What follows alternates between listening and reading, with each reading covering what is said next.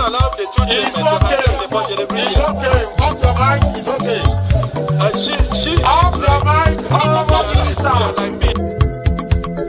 Chai! Now wow, people wey suppose talk true to power don't off mic. And if we talk, now 500,000 they go summer us, call them hate speech. But fear not, Maiyegun don't come. Him go torchlight every corner, nooks and cranny of all these bad people where they spoil our country.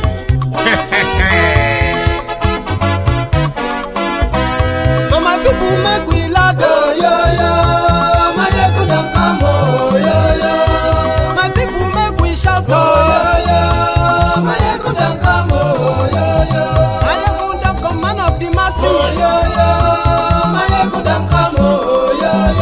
Maiyegun diary politico, yo. Maiyegun don't come, oh, yo. This one not the off in mind, oh, yo. Maiyegun don't come, oh, yo. And in the touchlight every corner, oh, yo. Maiyegun don't come, oh, yo. Okay, some people be they holla say they want the power. Chai, them be promise us say we go get light and power. Nah. Them hustle so they can't get the power. But now they know they do anything with the power. Sure. Every day, dollar just they get the higher power over naira. Still them talk say make we off mind. But thank God say Maiyegun don't come. So my people make you laugh, oh, yo. Maiyegun don't come, oh, yo. My people make we shout, oh, yo. Maiyegun don't come, oh, yo. Maiyegun don't come, man of the masses, oh, yo. Maiyegun don't come, oh, yo. Maiyegun diary politico, oh, yo. Maiyegun don't come, oh, yo. This one not they off in mind, oh, yo. Maiyegun don't come, oh, yo. Person where they do evil, no one make person talk. Them say that Maiyegun, that man too they talk. He too they talk. Say Maiyegun diary, he they hot like pepper. But every day then they take money in bulk. Poor man picking, they the street they hawk. Still them talk say make we no talk. But thank God say Maiyegun don't come. So my people make you laugh, oh, yo. Maiyegun don't come, oh, yo. And people make you shout, oh, yo. Maiyegun don't come, oh, yo. Yeah, good afternoon, good morning to you, good evening to you, from wherever you're watching from. This is Maiyegun Live.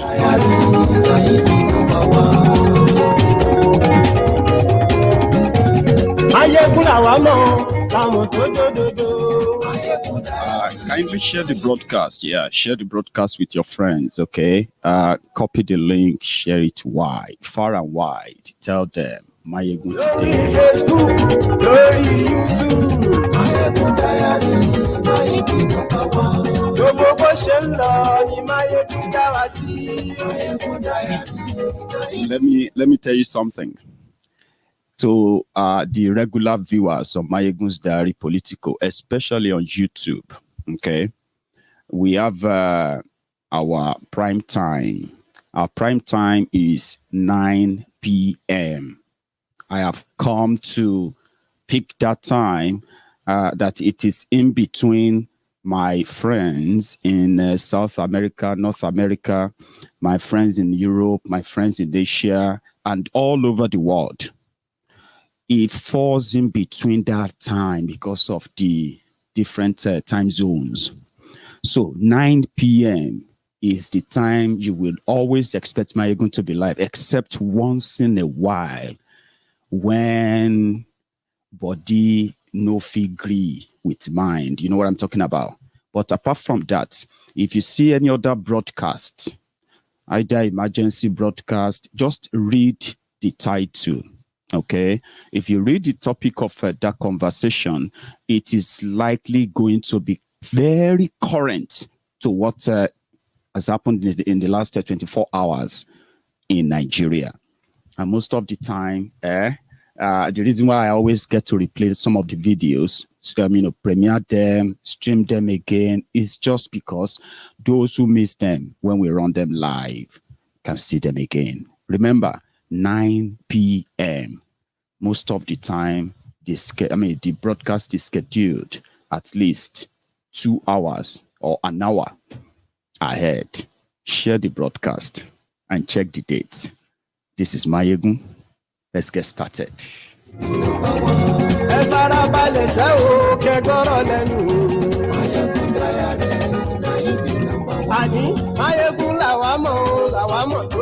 So tonight, I'm going to share some, stuffs with you. We're going to talk about the latest, more or less like an update. Then, as usual, I'm going to take you a little bit down the memory lane so that for the sake of those who usually ask, how did we get here? Of course, sometimes I can deviate. Sometimes I can crack joke. Sometimes I can scream, shout. In all of these, just remember, if you pay attention, there will always be reasons for everything that I'm going to say. However, Femi Oponu Adeshina, who happened to be the deputy to Garbage Shehu, both of them speaking for the lifeless Boko. 2 weeks ago, Barrister Femi Falana son came out and he said, wait, you guys told us. We'll come back to that. Don't worry, Emmanuel. You guys told us that you have arrested 400 Boko Haram sponsors in Nigeria, especially the Bureau de Change that have been managing the movement of money and all of that logistics for the terrorists. How come we don't know them? How come you are not trying them? Right? And they said, well, we are going to try them. And in fact, we're going to make their names public. That was what Malamu, the Attorney General, or pretty much like people will say, Attorney General, the Deceiver General of Nigeria. So we're expecting them to give us the names of Boko Haram sponsor, to start to get to know that, okay, yeah, we can now say these are the people. We have their names, we have their ID, we have their everything. Dubai came out and they gave us their own names. Then Femi Oponu Adeshina came out today to say, for security reasons, we're not going to tell you the names of the Boko Haram sponsor. I remember that the former governor of Borno, now a senator, Shetima, once alleged that the reason why Boko Haram lasted that long under Goodluck Jonathan was because they were using Boko Haram to reduce the population of northern Nigeria, to also further destroy the economic capital of northern Nigeria. These allegations were the most lies sold to their people confidently. And that if they managed to gain power, they were going to expose those behind Boko Haram and other terrorism. That was when Boko Haram was in Borno. Today, you now have Boko Haram 1 and 2. You have ISWAP. You have ISIL. You have all kind of terrorists in northern Nigeria today, covered and protected by the government that told people that they were coming to expose them. Many people have, on this platform, we know that there is no point in looking for the sponsor or the backers of Boko Haram and other terrorist gang in Nigeria. No need to look further. We know the sponsor. However, there are other those that they are shielding, because what makes government of Nigeria culpable in all of this is this.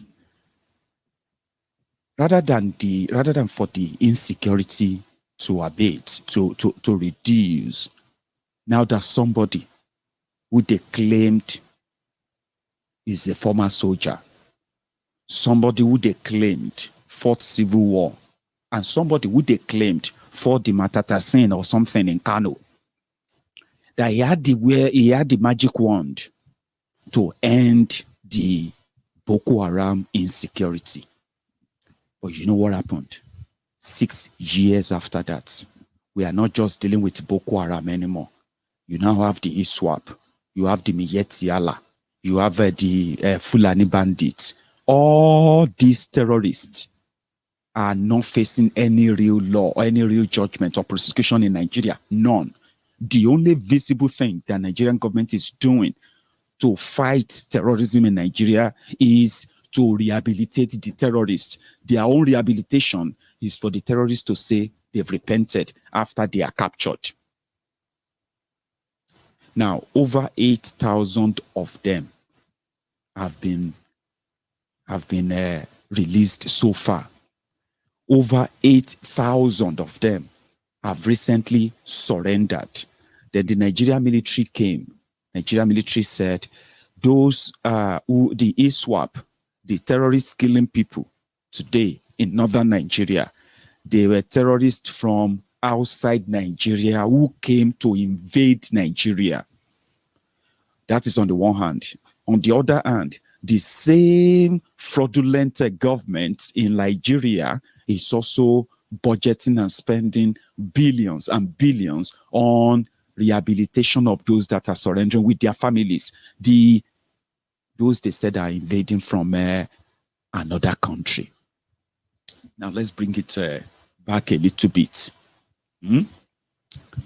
Rather than for the insecurity to stop, it got escalated to the point that Nigeria is not just on our knees anymore, practically now on our belly, all right, waiting to die under this crook. You are fighting terrorists on this hand, as they claim. You are pardoning terrorists on this hand. Then those who are real sponsors of the terrorists, you said because of for security reasons, you can't release their names. Sahara reporters gave us hints, and I'm going to read them out for the sake of this broadcast. Then I'm going to take you back a memory lane again, because you see all these divisions you are witnessing in Nigeria today. All of these differences, disagreements, and the rest of that, they came to be because of the long neglected or repeated injustice that were never ever probed or prosecuted. And those who did them are now emboldened to do worse and damn the consequences. This compilation of injustice here and there, everywhere, and the grandstanding, the aloofness of these guys in charge of Nigeria, Boko Haram and gang, their aloofness is so kind of divisive enough that people don't want to discuss things that we can sit together and say, you know what? Is it about the Is it about controlling of your own resources and then doing your own thing your own way? Okay, yeah, let's sit down and talk about it. Let nobody rule over anybody and all that stuff. Things you can sit down and talk about and say, well, let's bring about a referendum and just move about. But their aloofness, their pride, their arrogance of getting away with so many kind of crimes, injustice, impunity, it has emboldened, and with no consequences, has emboldened them to do further. That's why people don't want to sit down and have this chat anymore. They just want to say, if there's any conversation that's going to take place, let it be a conversation around the referendum, if we are still going to be part of this or not. The reason why they won't give you the names of the Boko Haram sponsor is because those who are keeping the names, they are those who are the real leaders of Boko Haram and terrorism in Nigeria. But let me read out these few names before we go back to Shetima. Here, They said 400. However, apart from the names released by the UAE government, Dubai government, these are the names of those apprehended by the security agents in Nigeria. And they have been, according to them, I'm not sure, they said they have been in detention in different facilities all over Nigeria. They know them as Boko Haram sponsors. And they have done so much. I don't know how true this is. So don't believe that because well, we have names. Some said these are fictitious names, fake names that anybody can say, well, that's your name. But guess one thing, another thing that we should also pay attention to, Nigeria media, they have all these names, right? And you would expect them to dig for these names and get the identities of these people. And then publish them out there. To the point that, including those who are hiding in this government, use that same technique, their link, their association, phone contact, calls, bank account, and stuff like that. That's the job of the media if you do have a real investigative journalist in Nigeria. But that's a story for another day. Sahara Reporters has managed to give us some names. I'm going to read them out, starting with this. 45 names. I'll read some of them. They said they are those they believe are in custody of Boko Haram and the Boko Haram government of Nigeria. And this Boko Haram sponsor have never ever been tried, and there is no plan of trying them. Now, let's read.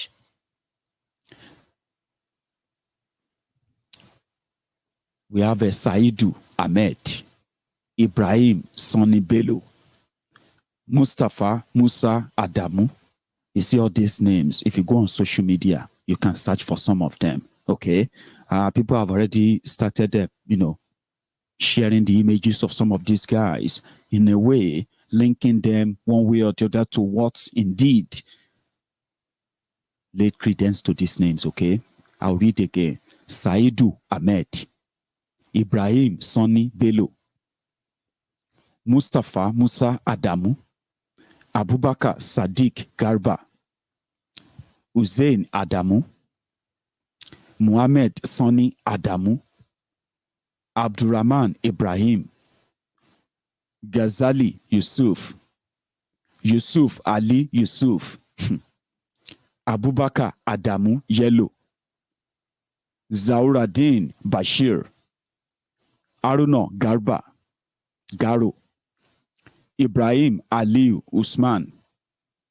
Azan Idris, Musa Emma, Aliashim Muhammad Aliashim, Baba Samaila, Bulama Tahir, Abubakar Ali, Muhammad Ambari, Danlami Azan Nadabo, Danladi Tale Inowa, Bashir Ali, Manzur Muhammad Usman, Musa Tasiu Yao, Awalu Ali Aliazan, Sadi Saidu Abdullahi, Suraj Adamu, Muhammad Hawalu, Ismaila Abdulaziz Muhammad, Munzali Ashiru Gambo,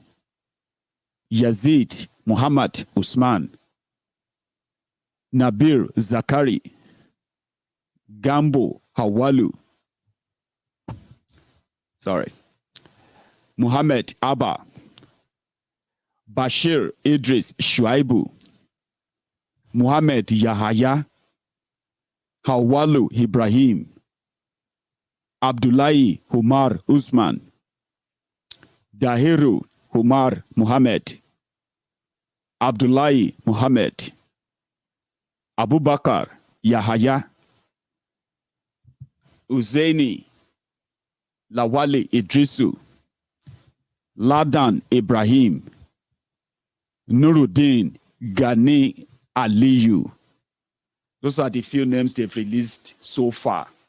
As we get more names and we begin to get the ID, we'll begin to share them. The reason is this. They refused to proscribe Boko Haram. Do you know that? That in Nigeria, Boko Haram is not a terrorist organization. Do you know that? Also, that in Nigeria, Miyeti Fulani terrorists, they are not classified as terrorist organization. Do you know that?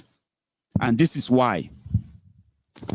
As much as Boko Haram are killing in the name of their Allah, as they claim, what would you say the Fulani terrorists from the Sahel are killing for in Nigeria? They are killing to get them completely established in every part of Nigeria by gazetting those land for them that will later turn out to be local government areas in your different states across the South. That is why when the Southern governors came together, that our people are not happy.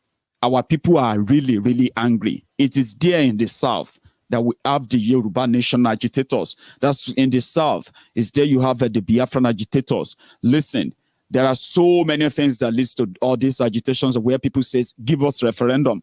We don't want to be part of any election. Just give us a referendum and let's decide who wants to be part of Nigeria and who don't want to be part of Nigeria. Whether it is to break up Nigeria right away or to what? To break Nigeria into the normal regions that where everybody can control their own resources and control their own lives of the interference of the parasite, as we call them, right? At least we need the referendum. This kind of Nigeria cannot continue. And they were enraged. They said that they were not consulted, that the North was not consulted before the South decided to ban open grazing. The North was not consulted before the South decided to start their own Amotekun and, Eastern Security Network, as well as the Ebube Lizard that we don't even know where they are, by the way. And people said, how can the South come and consult with you in the North? What kind of insult is this? What kind of, we can see all you guys are doing. We can see how much you are pampering these terrorists. We can see how much you are everywhere, making it like the government of Nigeria is actually the government of Northern Nigeria. And we pretended that, okay, fine, enjoy it. Now, the spillover of the insecurity, we are now dealing with that in the Southern Nigeria now. And we know how incapacitated your security forces are and how colluded they are as part of the whole problem. So we're going to do something anyway. You didn't consult the South when you started ISWAP. The Taliban police in Kano. You did not consult the South before you started the Taliban police in 12 states in northern Nigeria. You didn't consult the South. Why should the South consult you when they want to stop the cows from roaming on their streets? Why should they consult with you before they will provide security, safety for that local farmers living in that local communities far away from the city where the news can actually see the atrocities of these criminals? Why should we consult with you? So that's the bone of contention. And like I said, those handling the insecurity, those who are benefiting from it, are those who are currently in power. They choose who to go after. They choose who to shield.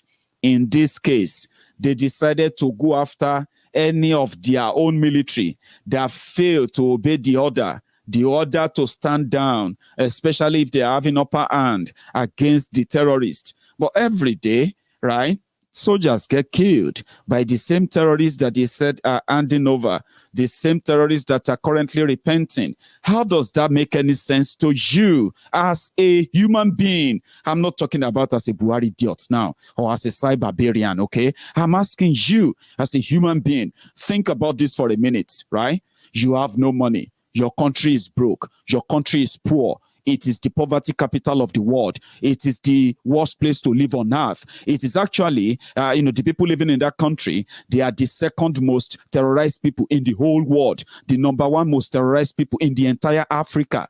Now, when you check the terrorism index, within 6 years, Nigeria and Afghanistan, they are now competing for number one, number two position as the most terrorized countries in the whole world. And yet, the little money you manage to gather, to steal, to buy weapon, and then all of that stuff, right? Your soldiers, poorly fed, poorly armed, poorly equipped, with outdated equipment that are deliberately given to them, obsolete equipment to go and fight terrorists, that are with sophisticated weapons, including RPG. They've got RPG. They've got land to surface rocket launcher. They shot down fighter jets, ladies and gentlemen. They didn't shoot down a fighter jet by shooting AK-47 at the plane. No, they shot a fighter jet down. And then these ill-equipped soldiers managed, one way or the other, to go after these bandits once in a while, whenever they did. What happened when most of them get killed and they finally get to capture some of them? What happened? They get freed, they get released, and the government who came in at the back of we are coming to end Boko Haram in 6 months. The same government is facing us to say, listen, for security reason, we are not going to name the sponsor of Boko Haram. So does that mean that the sponsor of Boko Haram are powerful enough that after you claim to have arrested them, you are now so scared? These are the people that have killed over 300 children in the last 12 years alone. Okay? And we don't know what they look like. We just get all these fictitious names that we can't really possibly, find the 10% of them. That is called government magic. When they ask Femi Okonu Adeshino, he has something to say for the record. Listen.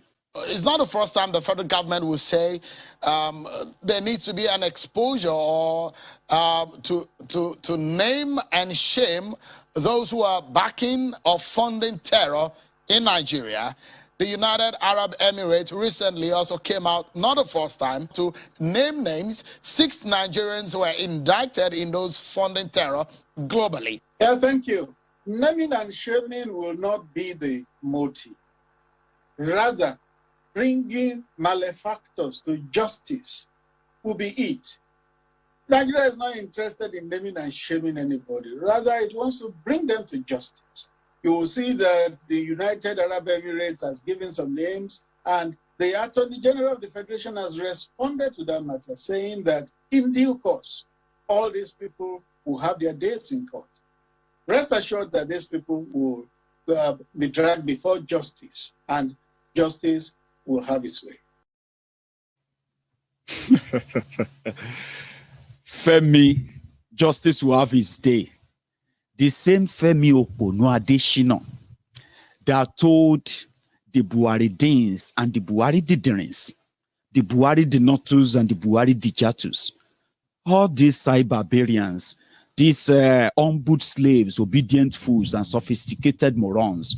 It was this same Femi that told them that Boko Haram went to Russia and he signed a Ajaokuta deal. And he titled that article, Ajaokuta Roar Back to Life. That was about 3-4 years ago. Today, the Buhari idiots themselves, they are now biting fingers like, oh boy, now this whole thing are just fraud. It is the same Femi Okonu Adeshino that is assuring you, as if to say his word actually counts for anything. Some said he's just doing his job. Of course, you can also say that to the dead 300 children. Children, no, I'm not even talking about the adults now. This is the one they call official record. If they are looking for those who are sponsoring them and they don't know, I have one here for you. Do you remember him? And yes, we offered them money. We said, look, if we have to pay you not to kill our people, we're happy to do it. Compensation for lives and property has foundations even in the Quran and the Bible. Frankly, as the governor of the state, this is where my opinion comes in. As I speak, we are aware of some church leaders that have been getting money from abroad to bury Christians that have been killed, to rebuild thousands of churches that have been destroyed, because the more they put this on social media and give the impression that Christians are being targeted, the more dollars flow in. Is there your proof of this? I will not say proof. The security agencies have been monitoring, and when we put it all together, you'll be surprised. How many of you remember Philip? Let's take it word for word now. He started with, yes, of course, we offered them money. He was talking about the Fulani terrorists they offered money to. And that was the beginning of the genocide going on in southern Kaduna. And in order to make it look like he knows what he's talking about, he confirmed that he gave them money. He quickly attacked the Christians that are being killed. He agreed. He confirmed it that they are being killed. That the more Christians are killed, the more churches are burned. Thousands of churches are burned. And these Christians are posting it on social media. People send them money from abroad.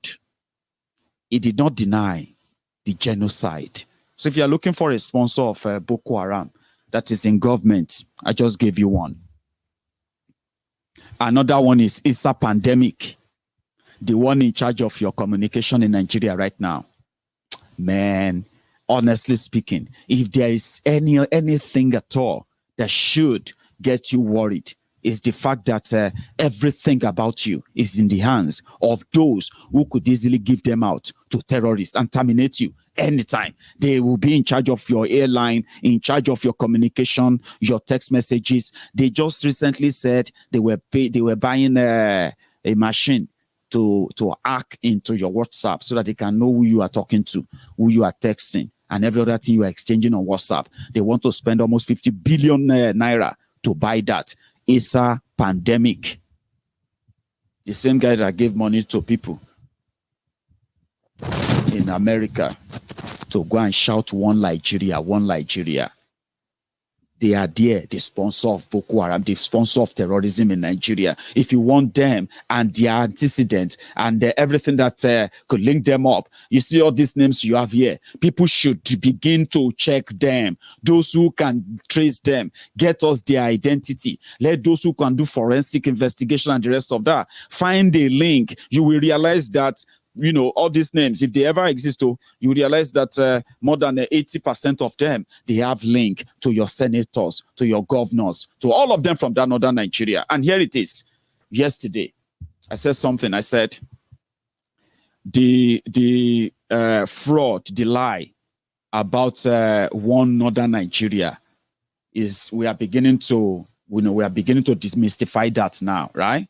So you realize where they really occupy. If Nigeria, if there's a referendum today, yeah, there's a referendum where the South can genuinely, right, decide on their own destiny without having to always face these terrorists who abandon the welfare of their people, the safety of their people, for the aggrandizement that comes with central power, the one that is not even beneficial to them, right? The South can manage our own affair. To some extent, I believe, even if we have to finally break up and all that, but we can actually do without these guys once we begin to let everybody know that they are the parasite, and until their people turn against them, until their people see through their lies, until they can no longer use Nigeria as the excuse, as the reason, until they can no longer see anybody to gaslight, any tribe to gaslight or to kill, no, in order to prove to their people that that's the reason why they are not, they are unable to make them safe. It's because the Biafrans are asking for Biafra. It's because some people want to break Nigeria. It's because the South want to take their own VAT. It's because this, it's because that. They will no longer have to have them as excuses anymore. We will no longer be there, including our own southern criminals. They too will no longer have the northern excuses anymore. They will no longer have the federal government excuses to give anymore. This will be a total reset. And guess what? If the southern Nigeria and the people of the Middle Belt, the North Central, which are not supposed to be called North Central in the first place, the people of the Central Nigeria, the Middle Belt, if they should, by any chance, take this advice, liaise with their own southern brothers and their sisters, yeah, this is what you're going to have. This is what you're going to have. And you see that homogeneous North, great North, 1 million, 100 million voters, blah, blah, blah, blah voters. Once you take the Middle Belt out, then you leave them with the Sharia North, where they can easily welcome their cousins, their nephews, their nieces and all of them from Chad, from Niger, from Libya, from all these places, where they can invite them over. Then they can give them land as much as they want. These are people who have bigger lands. Imagine the people they claim have invaded Nigeria, like Nigerian Army said, yeah?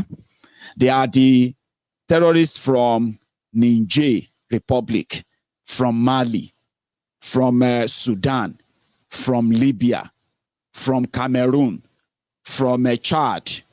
These are the places they said they come from, Somalia, all these places, yeah? And if you look at some of these places, they are bigger than the entire Nigeria. I'm talking about the entire map of Nigeria that you see, Chad is bigger than Nigeria by landmass. Bigger. Sudan is far, far, far, far, far, far bigger than Nigeria. I know Libya is not as big as Nigeria. But you know what? Niger Republic, with their small population, they are bigger than all of the entire Nigeria, including the north, south, everywhere. But you see these criminals in power in Nigeria, they want to ruga land for people coming. Are you with me? For people coming from all those places, because they need land for them to be able to have peace in Nigeria.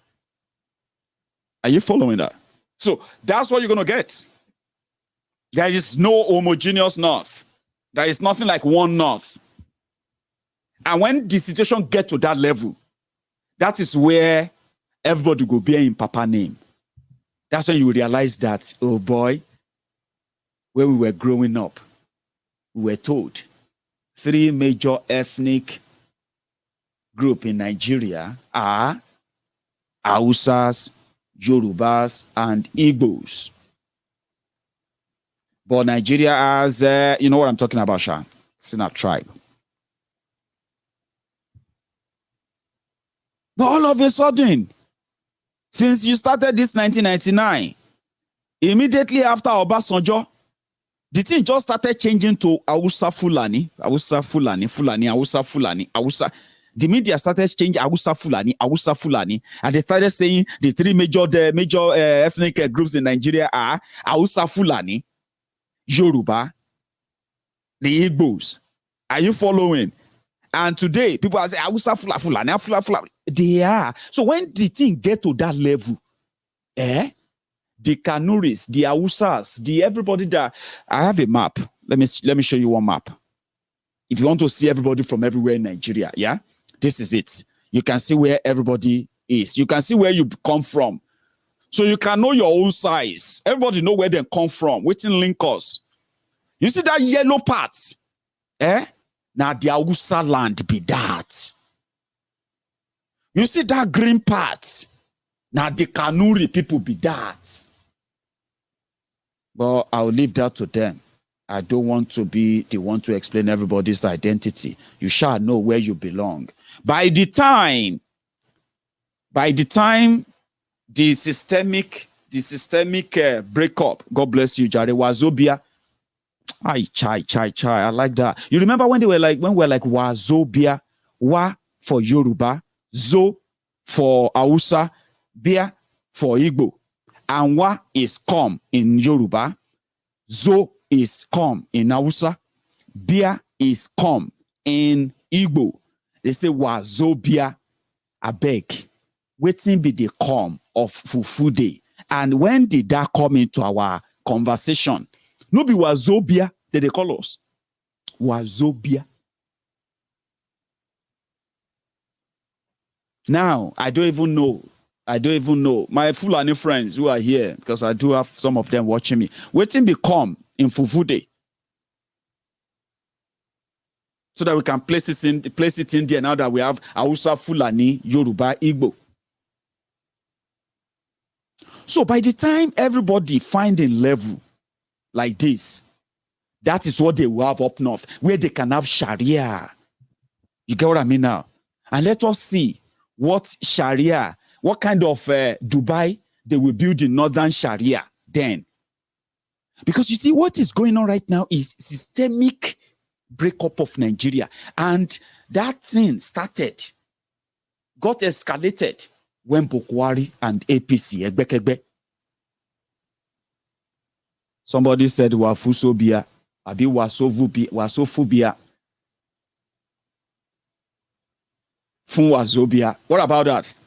Fun Wazobia, makes sense. No insult to you if you are my Fulani friend, though.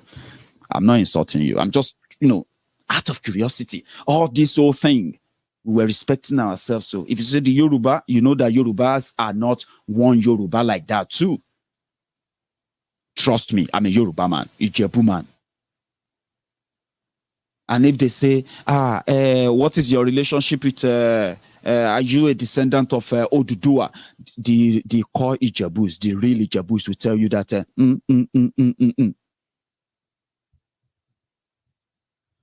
Do you understand what I'm saying now? But nevertheless, we speak same language, similar language enough, and we share similar culture, religion, and so many other things that we actually settled for centuries. Settled in where we are right now, called our own ancestral land. But you won't say in Yoruba land, they speak one language. No, come on. Even within Yoruba land, we have more than well, if I'm just being a little bit kind of conservative with it, we have more than 20 languages in Yoruba land alone. We have more than 20 tribes in Yoruba land alone. If you go to Igbo land, you will see that, yes, that Igbo language sounds like one. But guess what? When somebody is speaking Igbo from Anioma, or speaking Igbo from Olu, speaking Igbo from Owerri, and somebody is speaking Igbo from Abia, or speaking Igbo from Enugu, they will tell the difference themselves. Just same way like me, a Yoruba man, will tell you that, yes, I'm a Yoruba man, he's a Yoruba man, she's a Yoruba man, she's from Oshun, she's from Ondo, I'm from Ijebu, she's from Egba, and the rest of that. But by the time we begin to speak,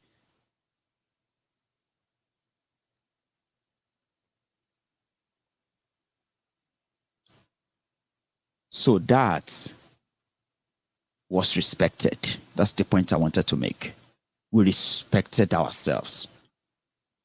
In the name of trying to make us look like one, they came up with all these narratives that are not genuine. If they were genuine, right, we won't find ourselves here today.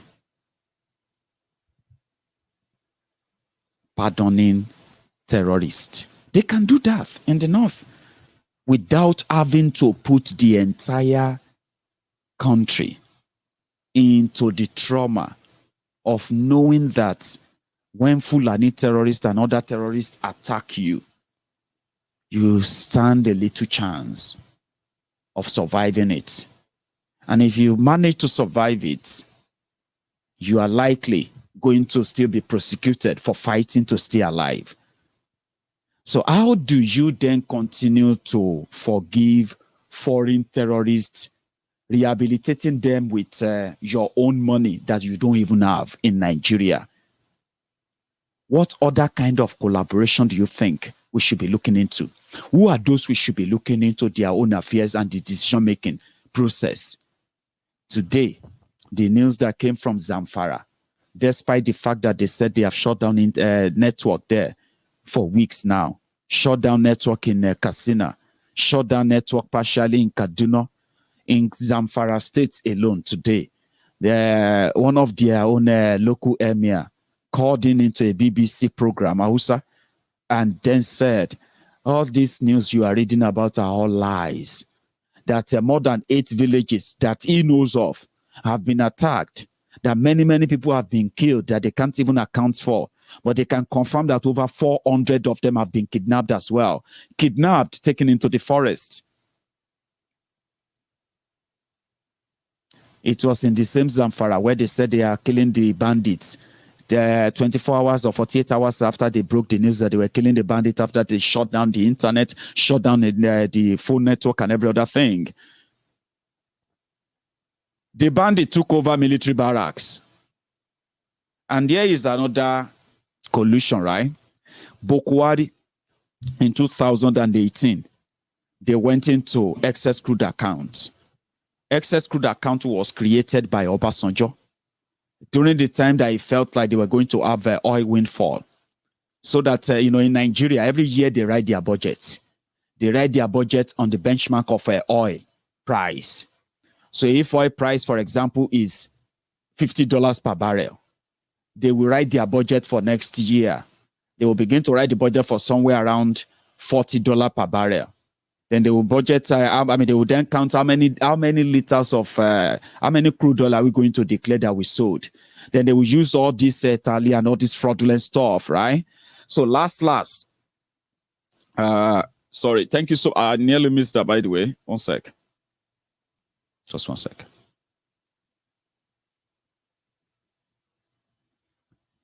No. Okay, found it. Right. So they put it on their benchmark.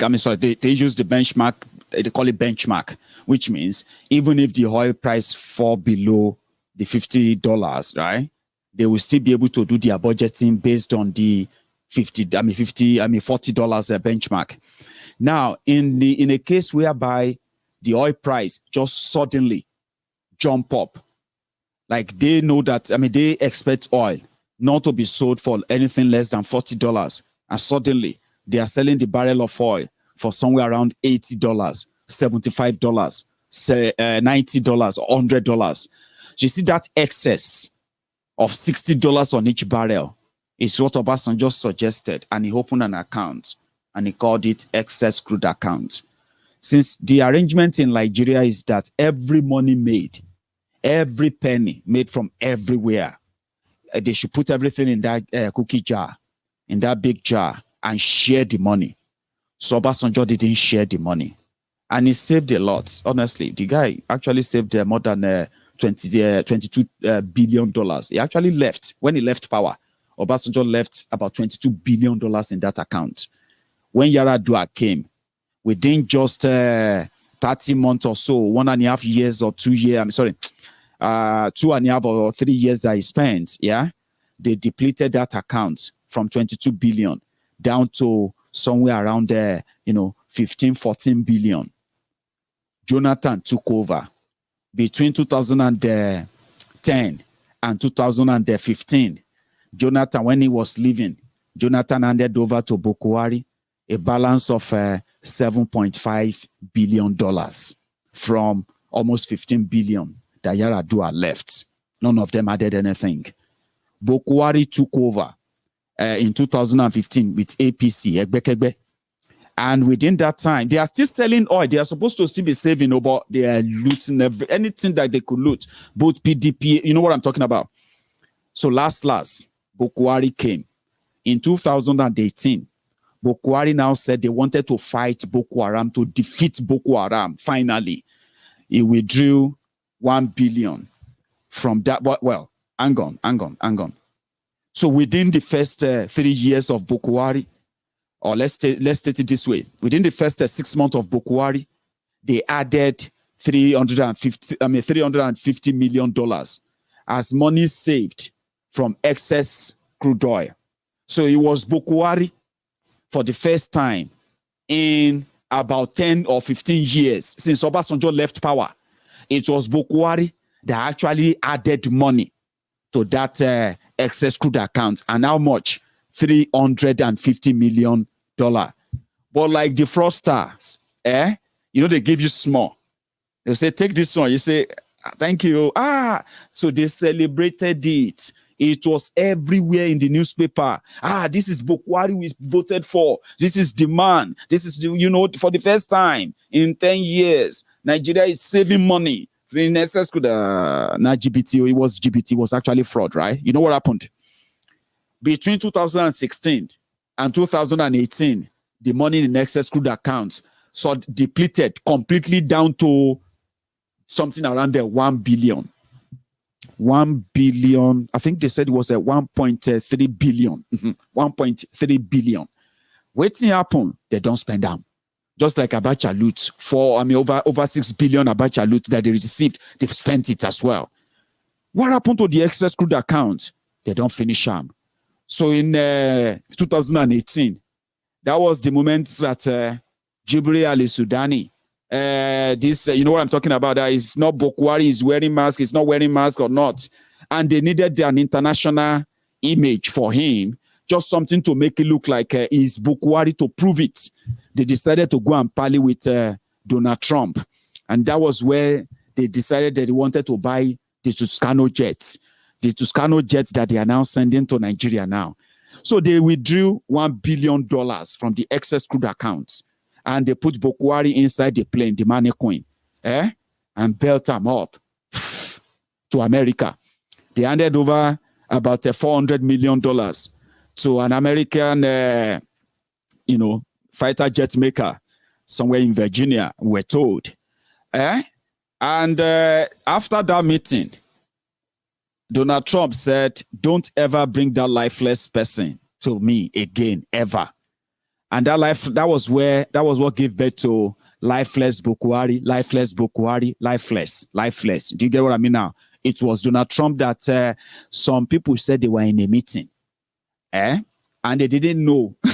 That was the time that they said they didn't know that the microphone was on. And Donald Trump was like, don't ever bring that lifeless person to this place again. Don't ever bring him anywhere close to me. Anyway, now 1 billion then withdrew from Nigeria. Now 400 million they spent in America, right? What happened to the remaining 600 million? Everything that happened to the rest of the money that you can ask for. So that was the journey of, 1 billion. Today, that excess crude account, now only 75. I don't know if now zero self. The last time we checked, they said now $75 million remain there. From 7.5 billion. Obasanjo left it at 22 billion in 2007. 2007 can't sound like 1807. Like it was like ancient years ago. So if you want to know how depleted Nigeria has become, how depreciated Nigeria has become, this is how degenerated it has become. And every of this story that you are hearing right now, there are individual people that are victims of all the consequences of all these decisions, right? Terrorists are not being prosecuted. When they receive weapons in Nigeria, suddenly, terrorists will attack the military base. They will cut away all the weapons, the ammunitions, and the rest of that. Now we have the hint that they also move money here and there. Now that they have actually industrialized kidnapping and the ransom payment in Nigeria today, what else is left? It's just have to be like esprit de corps. Police, they kidnap. EFCC, they kidnap. Military, they kidnap. Kidnapper, they kidnap. Bandit, they kidnap. Mietiala, they kidnap. DSS, they kidnap. Malamu is also a kidnapper. Everywhere you turn to, you have to see the victims of the consequences of all these actions, okay? And it didn't start today. It started a while ago. Let me take you back memory lane. I want to drink a little bit as well, just before we continue. Do you remember this celebration of Boko Haram coming to power? Why those who initially thought they were coming to crush everybody? By the way,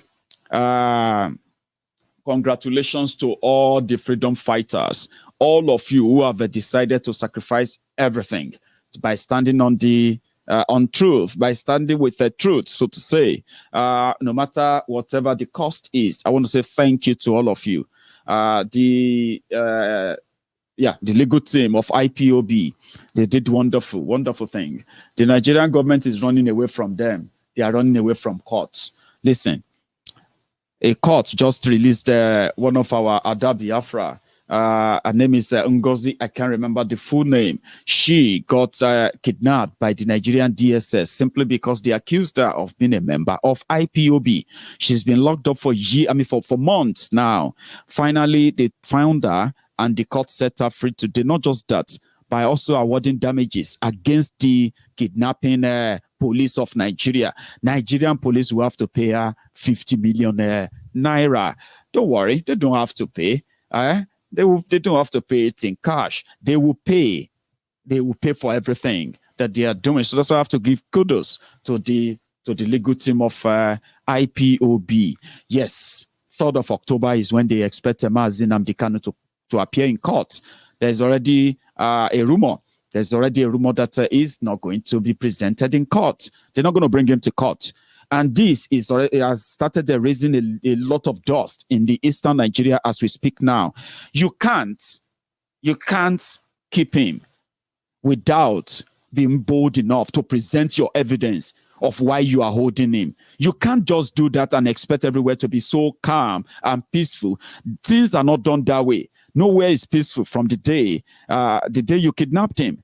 And until you are bold enough, if you're bold enough that you kidnapped him, you have the power to do that. Bring him to court. Let him speak openly to his supporters. I mean, you have him, right? If you are not scared, listen, if Nnamdi Kanu is brought to court tomorrow, the entire Abuja will feel that something is happening. I'm talking about the entire Abuja. You know why? Because it's not because the people are scared. It's because those who think they are powerful people, who are living inside prisons that they call mansion. They are being guided by gun-wielding men and women who are ready to shoot and kill. Why would anybody want to come and kill you in your prison that you call mansion? But guess what? As powerful as they think they are as scared as rabbits. Maybe no insult, or let me just say apology to the rabbits, because I don't know what to compare them with. They are as scared as anything, but they love to appear so powerful, so mean, so fearless, and all of that. But when Nnamdi Kanu is the person they want to bring to court, they are scared as that police station located in the local farm of Zamfara, where people begin to go, police station that shot at 2 p.m. because of security reason. They are scared as that, despite the fact that they think they control the world. Bring him to court. And people are now saying that if you don't bring him to court, that means the political class in eastern Nigeria still don't know what is about to eat them. The sit-at-home is really, really adverse. People are feeling the brunt. But yes, the people that are feeling the brunt of the sit-at-home are those who believe that the sit-at-home is going to affect their own electoral fortune, especially in the states that are having their shamble election again. So they believe that as long as Biafrans continue to sit at home, as long as they continue to decide not to participate in their fraudulent election, as long as they can see that Biafrans are not going to ignore the lockup of Nnamdi Kanu, like all these political jobbers, these jobless scroungers, these jobless guys in PDP, APC, trying to tell you the effect of your sit at home, right? So they are doing all of that as we speak, but they don't know what is about to eat them, right? They are talking about the money people will lose for not going to their shop. I'm talking about people who have decided to stay at home voluntarily. If all of you can continue to mingle and then party with those who kidnap Nnamdi Kanu and those who continue to hunt down innocent people, kill them without any account or any consequences. If you think that's something that you can just wish aside and look away, then I think the only language you probably understand is when they chose to embark on the civil disobedience by sitting at home. Those who are most worried about people sitting at home are the politicians. Are you with me? They are those paid trolls.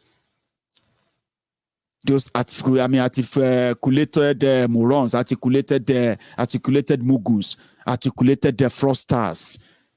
All these jobless boys who have been hanging in the trenches for so long, waiting for an opportunity to begin to taste part of the system and begin to preach one Nigeria to all of you once again. That they are going to lose out is what scares them most. It's not because APC will control anywhere. It's not because Fulani terrorists are going to kill people. It's because they can no longer wait to be begging while they watch the Buhari deal who managed to get closer to power, feeding from the crumbs, falling from the tables of their oppressors. They can't wait. That's why they are now pretty much are those who are after the IPOB members. You are ignoring their pains. You are ignoring the assault on them. You are ignoring the profiling on them. You are ignoring the their killings. You are ignoring the incarceration, the illegal detention of many of them. You are saying that they called for it. You are accusing them that Nnamdi Kanu told them to go and commit that, so they should deal with it. Now you want to tell them that sitting at home is going to work against them. What have you done to help them? What have you done to speak for them? What have you done to defend them? Same thing that happened with the case of Oloye Sunday Igboho, the Abuja oligarch, the Abuja criminals, the Abuja wearies, led by Malamu. They are already saying they are planning to what? They are planning to appeal the judgment of 20 billion. That's how much this, Mazi Nnamdi Kanu is asking for 50 billion for extraordinary rendition and so many other things that the case they filed against them right there. The government of Nigeria didn't show up. They ran away. So 3rd of October is the deadline. 3rd of October was when his case was adjourned to appear in court. So if Nigeria doesn't have their evidence now, then if they think they are just going to hold him and everything is just going to be just whatever it is, they have no idea what is coming. And this is part of the injustice, the part of the impunity. If you believe in your own laws, why can't you bring him, or why won't you bring him to court? Your law is your law, your judges, your everything. Why? Because they will lose out. There's nothing to prosecute anybody for. Terrorists can't really find anything other than to cook up something that are never going to be easily, you can't easily stick, something that can't easily stick. What these terrorists are always doing when they accuse people of this and that is that they continue to look for something that can stick. They say, oh, you spoke to somebody, who is that person? Anonymous. That anonymous, we believe that anonymous is a terrorist. You must give us information. So we are charging you for terrorism. They kidnapped 12 people from Oloye Sunday Igboho's house. They kept them after different court judgment that said they should be freed. They started playing the hide and seek game in order to keep them for longer. Now they are holding 2 of them. One of them, a lady, that captured the attack on the home of Oloye Sunday Igboho on a live broadcast. They are keeping her there, Lady K, and they are charging her for terrorism. As you are watching this video, they are looking for something to attach and say, this is the terrorism he committed. Same thing with Mazi Nnamdi Kanu. Same thing with Omoyele Sowore. Same thing with all the people they have locked up. Do you know that in Ibadan today, or your state, Governor Seyi Makinde, people have been calling on you, and it seems that you pretended not to care. I hope you heard this. 6 people from last year, October, NSAS protest, they are still been locked up in Agodi prison to this day. Would you believe that? For protesting during the NSAS protest, in Oyo State, the Oyo State police, among those people they arrested around that time, that many organizations came together to free them. There are other 6 people right now. They are still there in Agodi prison since last year for protesting against police brutality. In Kirikiri, somebody just told us today that over 200 people that were arrested during the NSAS protest last year. Over 200 of them are still left in Kirikiri prison as you are watching this video. Do you know what they are charging them for? Terrorism, armed robbery, different things. And because Nigeria is a den of criminals, as in, well, being led by criminals, you won't be surprised that it is a den of criminals, by the way. It is, Nigeria is a crime scene. Lives of young people are being wasted, wasted away by these heartless criminals who don't know that a day is going to come whereby, of course, the consequences of all of this, the injustice, the impunity, the abuse of power, this whole thing are going to come back to haunt the entire country. Why should you want to keep to be part of that? Why should anybody want to be part of that? What kind of legal system is that? So if you don't have your case against him, you better bring him to court on the 3rd of October. I don't know what's going to happen, but trust me, they have told us that they are going to do the sit-at-home for a whole month. Listen. When they give time or ultimatum, you may think, oh, they will just destroy themselves. They're just hurting themselves. They're just doing this and that. Okay. You see those political class, they are also going to have something waiting for them. This time around, you will see if the people will turn against IPOB as you are hoping, or people will begin to hunt all of you down. In that southeast, that many of you will no longer go back home. You will rather stay in Abuja, like many of those Alumajiri terrorists who are wearing Babariga inside Aso Rock, wearing Babariga inside National Assembly, making laws and passing different ridiculous, laws that has nothing to do with stopping the terrorism in their region. They are living in Abuja. They will never go back to their regions. Many of you, Igbo governor, Igbo politicians, your case is about to reach that level. But wait. I'm not going to tell you. What we tell you when you get to that point. Lord Michael, thank you very much for that. Nobody, thank you so much for your super chat as well. And, thanks to everyone who's managed to tap the like button. I think you should if you haven't. But guess what? Let's go back a little bit. Just a little bit. When they took over power, before they took over power, they said a lot of things. And people did a lot to tell you and expose these characters of people and what to expect. The whole place is now upside down now, yeah? But maybe this will give you the idea of why Nigeria can't work. And a referendum at this point can still save a lot of people before it finally gets overhead. If you have time, listen to this. Alaji, congratulations. Thank you very much, Kule. Thank you very much. Yes, sir. Honestly, I accept your congratulations, even though I'm PDP. Because you remember one time when the fighting in Borno, when our people were being killed left and right. Then what is it, Alaji? I said, do you remember one time when our people were being killed in Borno State, left and right, Bauchi, Gombe, everywhere in the north? Of course. I remember you were saying that was there any Southerner among us? We were the one killing ourselves. I always remember this statement, Mr. Kule. But look at this today now. Today, our brother is in charge, and I'm sure he made it clear to the world. The first thing he said was that he was moving the command of Nigerian Army to Maiduguri until when Boko Haram is over. So if not your brother as a president, who will do it for you? But we could have done it to anybody in Nigeria. But you can see that some people refuse to do it for us. So really, today I understand why we have to have the presidency, honestly. No, it's like that, Kule. Kule is like that. Because how can anybody convince us that some miscreants cannot be dealt with by Nigerian Army? Why can't we believe it was deliberately left? Even if there is no involvement of government hand in it, why can't we believe that it was deliberate? Let them kill themselves. Well, it has come out even very clear. Because it was at a point in our campaign, they were saying that by the killings of Boko Haram, there will be no population again. In fact, let me tell you why the North insisted that Jonathan has to go, because we had the plan that if Jonathan continues, the same problem will happen in Kano, the same problem will happen in Sokoto, the same problem will happen in Jos and everywhere until when our population is depleted. No. We have had a wonderful experience, honestly. In order to avoid the problem, that's why I said the people. So whether he accept or not, the nose was clear voting now.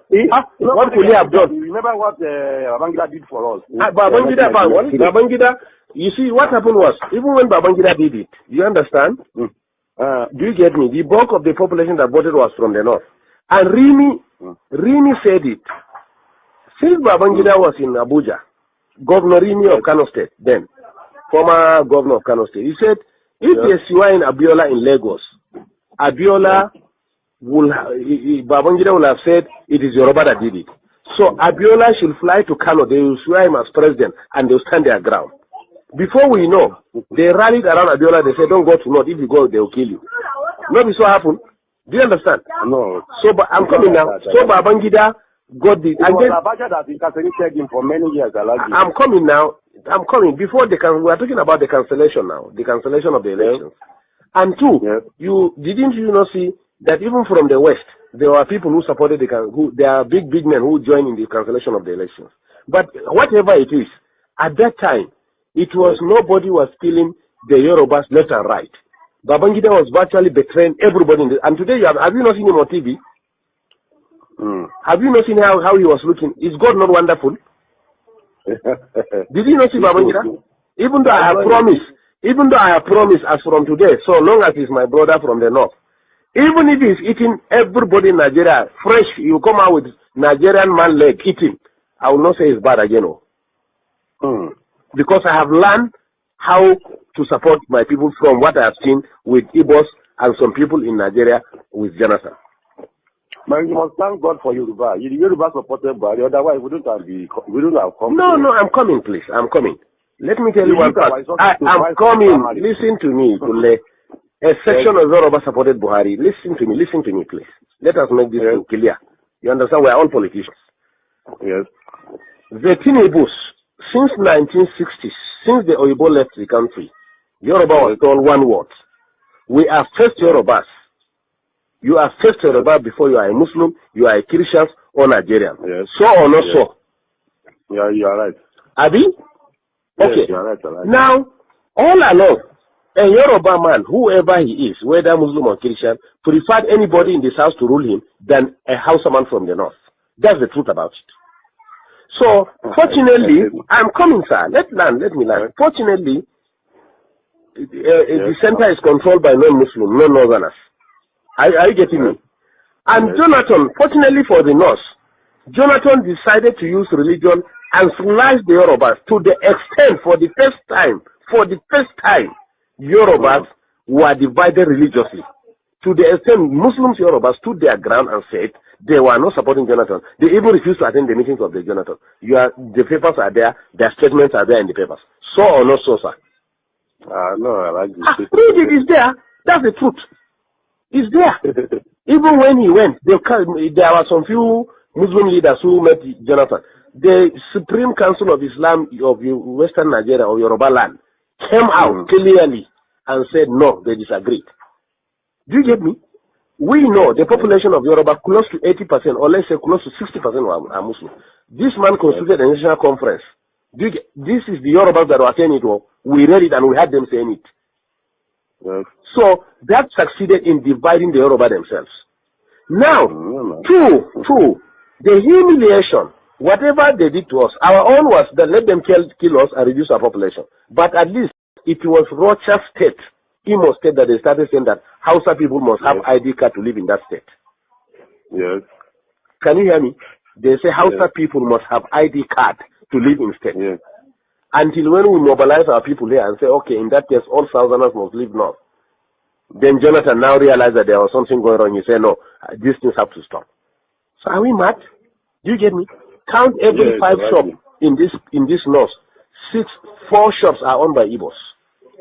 What is Igbo's contribution in the economy? It's not trade, and fraudulent trade for that matter, including you. Igbo have cheated you, unless if you are not buying spare parts and tires and medicine. So or not so? It's so allergic. Do you get me? Yet we accommodated them. Is it going to Dubai to bring fake drugs that we cannot do it? Now the plan is drugs now. No Igbo man will again sell drugs in this north. We are going to bring it from Kano. Drugs are brought by air. They are going to open massive coolers, rooms in Kano and import it all north, and maybe whatever want to buy, come and buy from Kano. No Igbo will sell drugs again. We are tired of all this nonsense. We know how to control our places the way they control their own. What we are saying is that we are all Nigerians, but we are going to learn what they are doing in Southeast and do it in the North too. Simple. Yeah.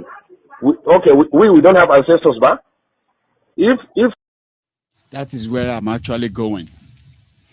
Shetima is a senator now. He's a former governor of Borno, the place where they kidnap the Chibok girls and they milk it. They milk the Chibok girls. Today, the terrorists that kidnapped the Chibok girls, they are returning the girls as women with children. Some of the Chibok girls, they are coming back with three children, 2 children. And they are calling the terrorists that kidnapped them and sexually force them and put them in family way. They are calling them their husband. Among those that are surrendering right now, the terrorists then that kidnapped the school children from this guy's state, who is now a senator, they are being celebrated in Borno as we speak for returning with their husband. He said, what is the Igbos contributing to Nigeria? Is it not trade? We will do it. We will go. Is it to go to Dubai and import? We will use plane to bring coolant to Kano. We'll build a drug center. We'll build blah, blah, blah, blah, blah, blah. With whose money? Is it with Borno's money or with Kano's money? Of course, with somebody else's money. Trade. These guys took over government. And within 6 years, let me give you their antecedent. Let me give you their track record. They came in, trade, Shebina trade. They started what is called round tripping in CBN, where they became middlemen between central bank and the genuine businessmen who need the foreign exchange, right? So they started the round tripping, and play, dollar, a naira to a dollar today, from 199 naira to $1 in 2015. Naira to a dollar today is now 580 naira to $1. After they ruined everything, they brought something called Buharinomics. Buharinomics that has led to 33 million loss of jobs in 6 years. Trade, I'll be waiting Igbos brings to the table. The Nigerian under them couldn't manage refineries, not even the ones they met or the new ones they built, they couldn't build any. Ikene Shatabandu fake Pastor Ruga was jumping up and down with somebody with a little boy that's just got a lollipop. He was jumping up and down and he said they were going to launch they are going to open 12 new modular refineries all over the country to be refining oil for you so that your oil would be cheap. That was 3 years ago. They are still working on it. Abi? Now, in in 6 years, in 6 years, they decided, as they ruined and destroyed everything, and they couldn't do anything, they went to Niger Republic to go and sign a contract where they will be helping them to refine 40,000 barrel of crude oil every day. So it was an improvement from 25,000. They were celebrating it. The refinery is in Niger Republic as we speak, and the oil that they will use to refine the crude oil. The crude oil they are going to refine in Niger Republic. They are laying a pipeline, kilometers of pipeline from Niger Delta to Niger Republic. So when they turn on the oil in Niger Delta, it go just the rush for Niger Republic refinery for 40,000 a barrel. And then they turned around. They said, you know what? Let's just invest in this Dangote refinery then. Dangote is from the north. He's not an Igbo man. Since Dangote said he was building refinery, is he not a businessman? Is he not about trade? Let's use him as let's use him as an example. Somebody that could probably fill in the gap for them when Shetima was dreaming of how they were going to destroy the Igbos, destroy their means, destroy everything, and then replace them with themselves, so that to show them Dangote is a rich man, Abi, a quota system billionaire that they are flaunting about in Africa. Well, that aside, Dangote said he was going to build a refinery, and being a northerner who actually have his own different exchange rate than the rest of you, no matter how much you complain about exchange rate, Dangote won't. He has his own different exchange rate with the central bank. He is the central bank of Nigeria as we speak. Now, that Nigeria that couldn't manage refineries, almost 8 refineries they have in Nigeria, that couldn't manage that. They decided to go and borrow money to invest in Dangote refinery. Dangote said he signed a contract with this European company, African Development Bank, Exim Bank, that is Export and Import Bank of China, this other bank, blah, blah, blah, blah, blah. They are going to provide all the resources, and the refineries was going to start working from the 2020. This is 2021. Just 3 months to the end of 2021. They have nowhere close to starting any goddamn thing. Now, they have run out of money. And Nigeria, a broke country, decided to go and borrow money, $2.5 billion. And they want to buy shares in Dangote's refinery that has never pumped a can of petrol since they've spent the billions there.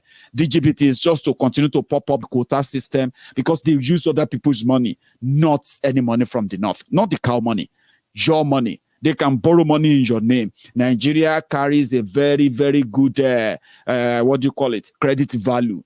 Okay, you have the population, you have the resources, and you have the morons in charge. So all they need is just, they should come. They'll give them more money. All of you are wondering, why are they borrowing them more money? Can't they stop borrowing them more money? You have no idea, because you see right there where they are, they can see the satellite image of Nigeria. They know everything you have. And once your mumu thieves goes cap in hand, begging for money, like Boko Haram was begging the Queen of Netherlands, yes, just yesterday, and Femi Okonu Adesina was not even ashamed to tell us about it. Boko Haram met the Queen and they were talking. Boko Haram was like, do you have any spare change?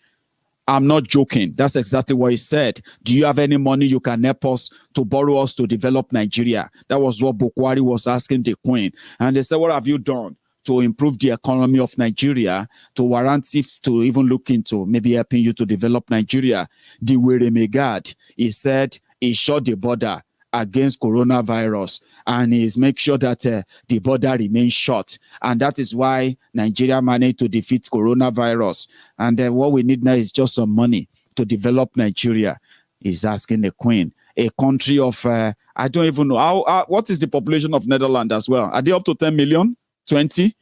That's the country that Boko Haram is asking them, begging them for money as usual. So people's money, your money.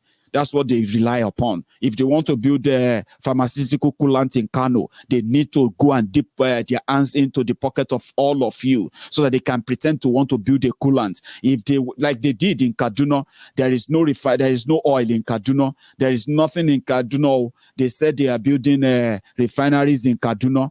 Kaduna refinery, we know they refine any crude oil.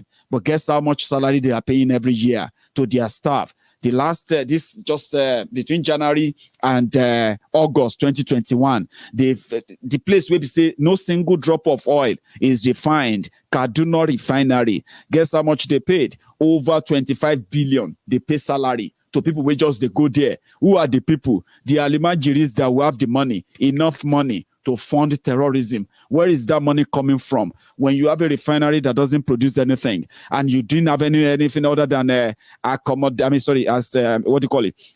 only thing you have there is just the salaries, the recurrent expenditure. 25 billion into a refinery that did not produce single water, no single can of water, except they are drinking water. Then they also started something. They said they are building a port in Kaduna. They call it dry port because there are dry ports in Europe. There are dry ports here. There are dry ports there. They use your money. They build the dry port. They employ themselves there. Put director, put secretary, put everybody. Then they collect money. They spent over 40 billion naira paying salaries of those ones in 2020 alone. They did not. In that port, so there is nothing that landed there. Nothing cleared from there.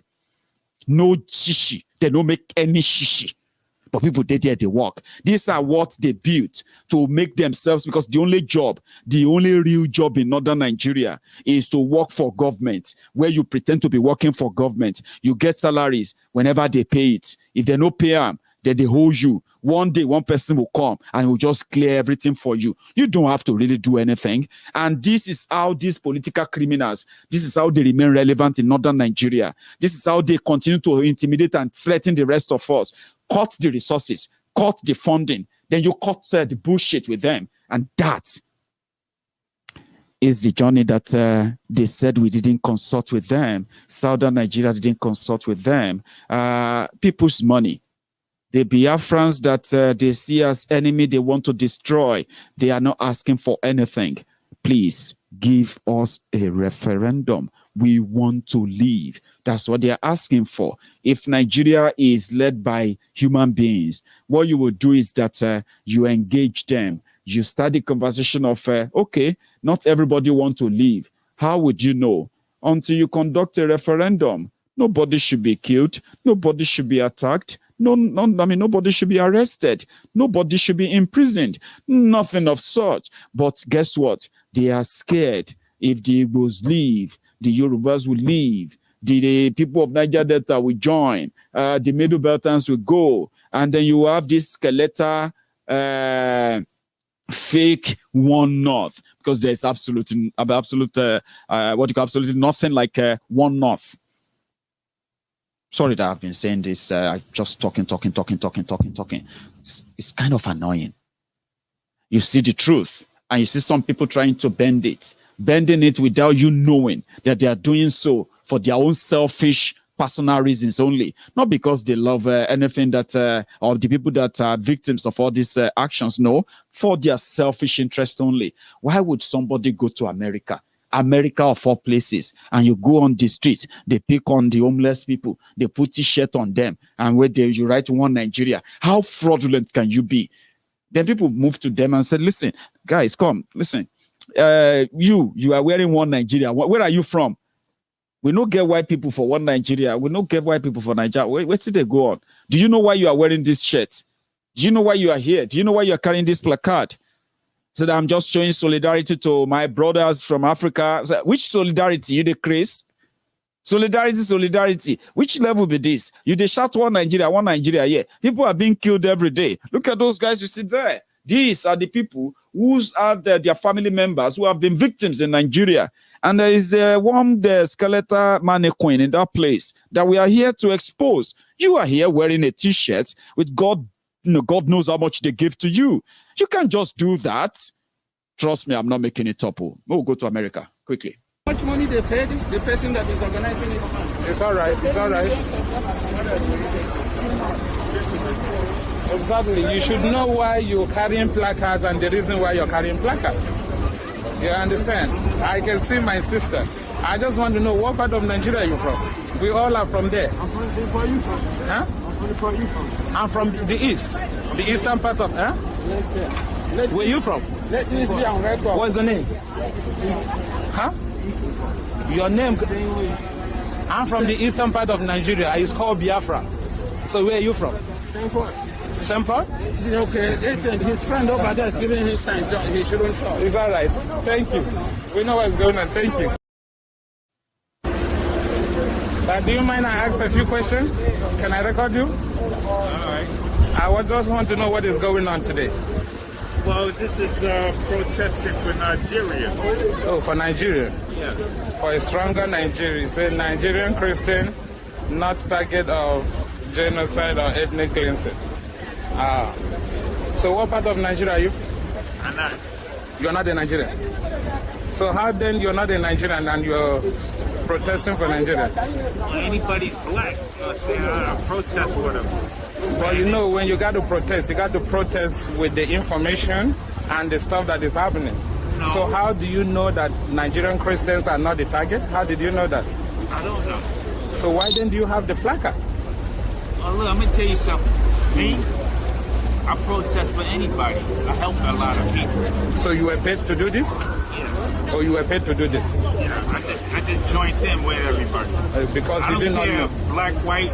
No, I understand. It is good to support brothers, to support the culture, but also it is also good to protest and pass the right information, right? It's a lot of information going out here, you know what I'm saying? A lot of people twist a lot of things up. Yeah. I don't know for sure what... But you got to do a little bit digging. However, you know what I'm saying? I'm just here to help everybody out. I understand that. It's not your fault. It's not your fault. You're doing what they ask you to do. Yeah. At least you're paid to do this, and you're doing what you get paid for. No, it's not about pay, you know what I'm saying? It's just about... So I hope those who are asking, did you see anybody paid? Somebody just told you that, yeah, I help a lot of people. See, in America, America is kind of a crazy place. I remember when I used to talk to my friend then, Tommy. So Tommy will give me, you know, he was living in Chicago then. I don't know if he still lives in Chicago. So Tommy will give me an idea and, you know, we gist a lot. And he said, America is a crazy place. Like you have heard here and there, but there are some crazy things that you begin to ask yourself that, what the hell? In America, there are people whose job is if you want to protest. If your protest is peaceful protest and you want to hire them, you will pay them. Just like in Nigeria. But it's more organized than Nigeria. These ones, they can go to jail. They will go to jail. Those organizing the whole thing, they will then go and bail them out. They have always been arrested for disruption, and they know. So, if you want them to throw a petrol bomb, where they will put petrol inside bottle and put clothes and light it and bomb and all of that, there are those who do that. They are there. You just have to hire. Which one you want? If you want the ones that are going to go with all kind of weapons, not guns, just weapons like every dangerous weapons, publicly, even with police, if they are seeing police, they will go. Those ones are there. And America know them. So protest is like, if America is actually like, it's also like a protest country. Now people will no agree go America. People will no agree with they said they were running away from the persecution in Europe. They moved to America, so they call it land of freedom. So people maybe say their own job is to go and protest. They don't, if you want to protest because people no get belle, if you want to protest that people they get too much belle, if you want to anything, they will be there. You just have to pay them. Boko Haram went to United Nations with the contingent of about 200 that followed him.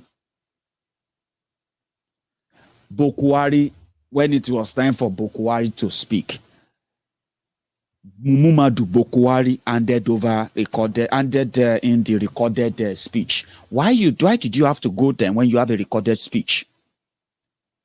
And they locked him up in one room. Then Garbage Shehu, Issa Pandemic, and the rest of their crew, even including this Femi Adesina, is also in America right now, where his daughter is schooling. Morning good, Abi. I told you, everybody is trying to wait for his own turn so that they too can send their children abroad to go and school abroad. Femi Adesina, son journalist, and his daughter is in America. So it's just like a vacation for them. They locked Boko Haram inside one room and they went to town to start hiring homeless people, protest for hire, and the rest of them, and they printed T-shirts. Just the same way they normally do in Abuja, they do in Nigeria. They will print shirts for them, and they will be sharing 1,000 naira. Here's the difference. From reliable source, they said, in order to go and counter, because you see, if you see the level of people that have been protesting for the past 10 days in front of the United Nations headquarters in New York, even the entire district, they know that people have been coming there, and they are Biafrans, they are Yoruba, Oduduans, the Middle Beltans. Thanks to Ninas, by the way, all you Ninas organizers, God bless you. You're doing a great job. I just want inclusion. I wish all of you can see why we need inclusion. No, nothing like trying to, separate people or, gaslight people. Ninas is doing a great job, and their job, what they have done so far, especially at the United Nations headquarters, we have to say thank you, a very big one to you. It's been so significant that those they brought from Nigeria, they had to go to town to go and find somebody that can help them print t-shirt. Maybe they even printed it from Nigeria with cap, everything, and their mask. And they went to town. They started sharing $50, $100. Some people got as much as $500 to come to that outing, to come and shout one Nigeria, one Nigeria. This is the value. In Nigeria, where is the headquarters, the poverty headquarters of the world, yeah? The poor people there, that the politicians deliberately made poor, yeah? The poor people there, they will hire them, and they will give them 500 naira. That is even less than $1. Some they will give them 1,000 naira. You can put that somewhere around $180. That's $1.80. Now, $1.80 will make them mobilize as many as they want in Nigeria, but in America, they have to pay individuals, they have to pay them 57,000 naira, $100, or 23,000,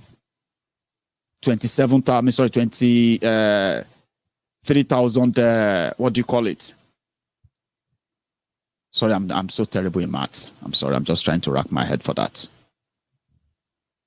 $50 or $500. So do you see the difference? They are looking for junkies. They are looking for people who have no clue about what is going on to pay $100 to. You, that they stole your money, they will give you 1,000 naira. You'll be carrying cutlass. Yeah, anybody. Well, you can hold your Sharia north. As for our own Lagos Agberos, the Lagos Abobakus, the Oshogbo Alimajiris, all these all risers, the crumb eaters, the crumb chasers, the ass lickers, and all these guys, all risers guys, right? In Lagos, all of them. We are waiting for them. Their own outbreak is just around the corner. Okay. So by the time they get their own final when they get beaten as we expect, yeah, it won't take time before they detach themselves from the one frauduria. If half of them break off from that one frauduria, we're almost done. And that is why when they said the National Assembly is House of Rep is discussing the VAT for states, I said, well, go for it. These guys, they decided to go and report FIRS. They reported the case to the National Assembly that the National Assembly should help them make laws that will stop the states from taking the VAT.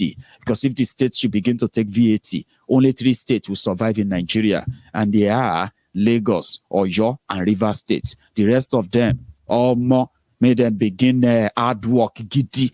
Those who have money to give to bandits should begin to go and collect their money back. Because this time around, now everybody go hungry. You will just realize that some of those their governors, they will just be living around South. They have houses in Lagos. They will just be paying a courtesy visit on their friends in different parts of the South that managed to survive. I just came on a courtesy visit. They'll bring their wife, bring their children, bring their driver, bring their cook. They'll say they are part of the contingent. At least dinner go sure. If they chop dinner in Lagos, they can drive down to Oyo, and then say they want to spend the weekend with Makinde. It will fill their tank. and pay their tickets. I'm just saying this, so it is a clarion call on those who claim to be Northerners now, those who claim that they were born to rule, rather they are born to ruin. All this sign that people are saying, we are going to take our money, VAT, we are going to stop, the exploration of our resources without us having to control them. You see all these things, all these messages, ban on open grazing, this and that, they are signs. They are signs that even if you continue to still get something from Nigeria now, that is still making you feel like you belong, it's not going to be for long. The moment very soon, it could just be like, it could just shock you. It is better for you to begin to use the money they are still giving you now, the little one that they are giving you now, to invest in your people, invest in your own communities, invest in your states, and begin to empower your people, cut down poverty, and cut out terrorism and banditry. Begin to use that money now. If Lagos and the rest of them say, if Niger Delta say, oh boy, everybody's on they collect their own VAT. This level, now Shakpa go day for time for everybody now. This Shakpa means say, we no one see any NNPC, anybody made them can't drill any oil for Niger Delta. We won't sell our oil ourselves. We no go can't die for here. Everybody they collect their money. Now, Niger Delta money is the money you want to share. Or the Biafra money is the money you want to share. Listen, they gave the Biafrans 5 states in Nigeria. And but you know that that's the handiwork of those who believe that as they say, they said that if to say the animals, or these big animals, if the animal kingdom, if they have their own history writer, somebody who can write their own history, maybe all the fanciful stories told us by hunters would just be one-sided story. If we allow the animals to tell their own side of the story when they were fighting the hunters in the jungle, right? So when they did the genocide of 1967 to 1970, where 5 million Biafrans were killed and the Biafrans surrendered to them, then these criminals, they wrote the history. And they say that person will win, they write history. Abi? That's why I use the analogy of the hunter and the animals. If the animals are allowed to write their own story, you realize that most of these hunters, glorified hunters, they are just ordinary village, wannabes, because they are not real hunters. Luck, and then a bit of luck that ran out of the animal, or a bit of luck on the side of the hunter made him to go home to tell the story. Now, the Biafrans are asking for, what do you call it? They are asking for referendum. Let's bring it that way, right? And the only thing I believe personally is that giving them 5 states means that those who claim to have conquered, no winner, no victor, no vanquish, right? They decided to redraw the map and they gave them 5 states. Guess what? Even that 5 states, Imo State, Enugu State, Abia State, Anambra State, Ebonyi State, except for Ebonyi, the remaining 4 states, they are oil-producing states. If oil is that thing that makes you think, they are asking that the whole Biafra land and the people that make up the Biafra land should continue, all the tribes that make up the Biafra land should stay together and continue to live together under one authority and identity that they've had for so long. The fact that, a Niger man, a Biafra man, a Niger Delta man is said to have been the one who actually gave the name Biafra that everybody accepted as a symbol of those from the old eastern region. Okay, so if it's about the oil, they have theirs. You can't find it out if you don't let them access it themselves. If the decision of those, imagine, they are drilling oil in your state, but that oil is not your own, because the ways that control Abuja said it's not your own. Imo State get oil block. They said no, that oil belongs to River States.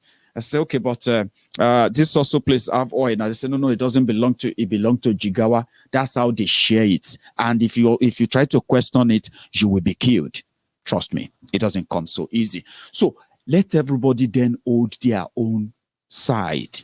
Okay, because by the time this VAT and so many other things that people are cutting off and say they don't want to share anymore. Since nothing much will be shared, people will have to go and use what they have. They will say, don't, if Zamfara gold is for Zamfara, make Zamfara people go sell Zamfara, make them go sell their gold. Oh. No come on those, they can't claim any oil money here because from now on, we know they give any dime to NNPC.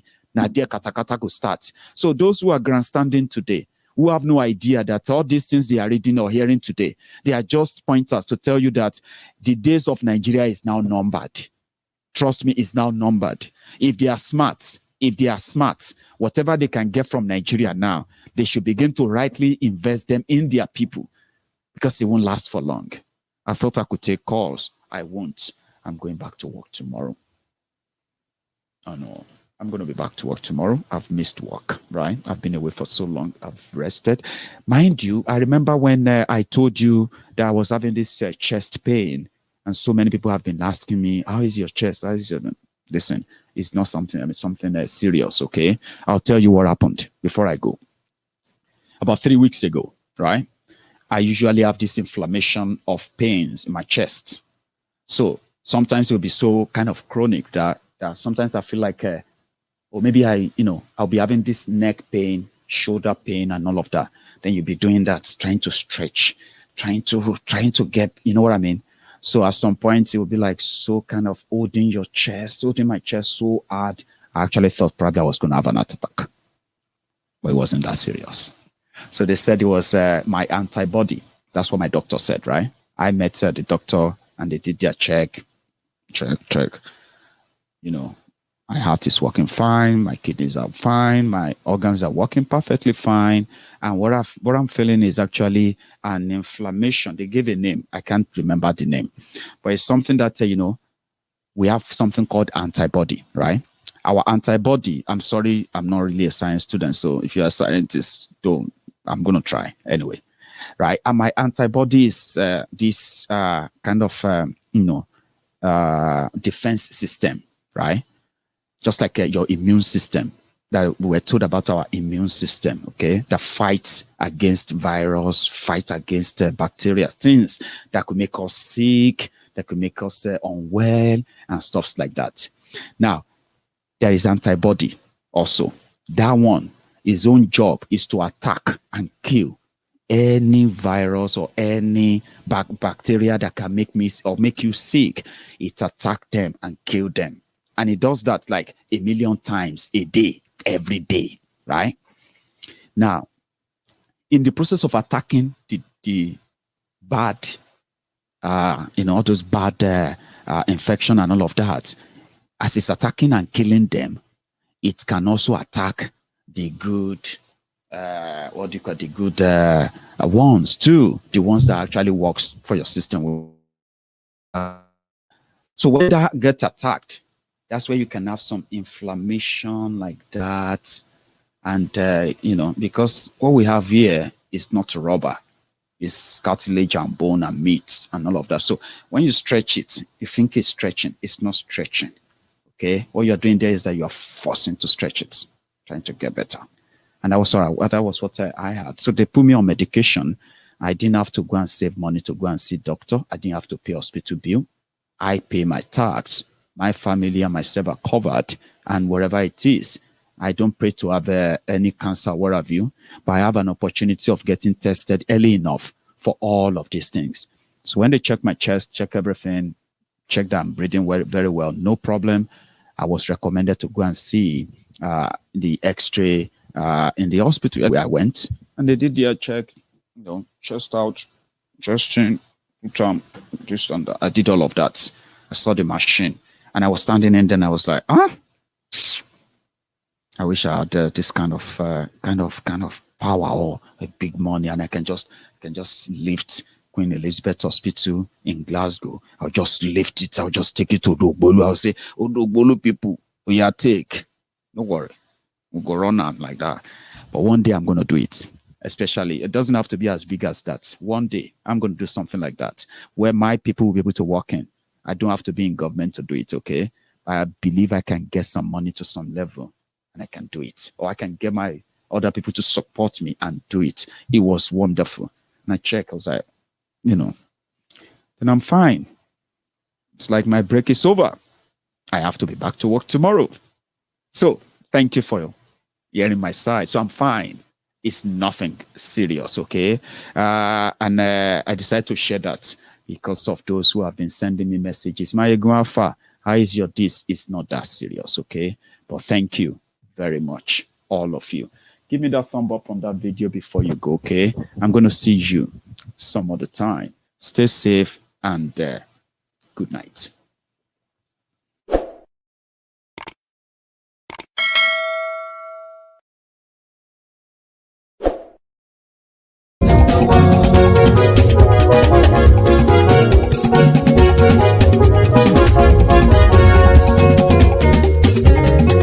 Àní ẹ̀sùnra kì í. Maiyegun ti dé. Maiyegun ti dé. Ọ̀jẹ̀lú ẹ̀sùnra kì í. Maiyegun ti dé. Àní ẹ̀sùnra kì í. Maiyegun ti dé. Lórí Facebook. Maiyegun ti dé. Àní ẹ̀sùnra kì í. Maiyegun ti dé. Lórí YouTube. Maiyegun ti dé. Àní ẹ̀sùnra kì í. Maiyegun ti dé. Bọ́ba bá gbé wúrẹ́. Àní ẹ̀sùnra kì í. Maiyegun ti dé. Ijó ìgbádùn yẹ. Àní ẹ̀sùnra kì í. Maiyegun ti dé. Presidency bá rúfin o. Àní ẹ̀sùnra kì í. Maiyegun ti dé. Tí gómìnà kówó jẹ. Àní ẹ̀sùnra kì í. Maiyegun ti dé. Ọlọ́pàá tí ń darí bá. Àní ẹ̀sùnra kì í. Maiyegun ti dé. Aṣòfin tí ń rúfin o. Àní ẹ̀sùnra kì í. Maiyegun ti dé. Òpùrọ́ olóṣèlú. Àní ẹ̀sùnra kì í. Maiyegun ti dé. Ọ̀jẹ̀lú ẹ̀sùnra kì í. Maiyegun ti dé. Àní ẹ̀sùnra kì í. Maiyegun ti dé.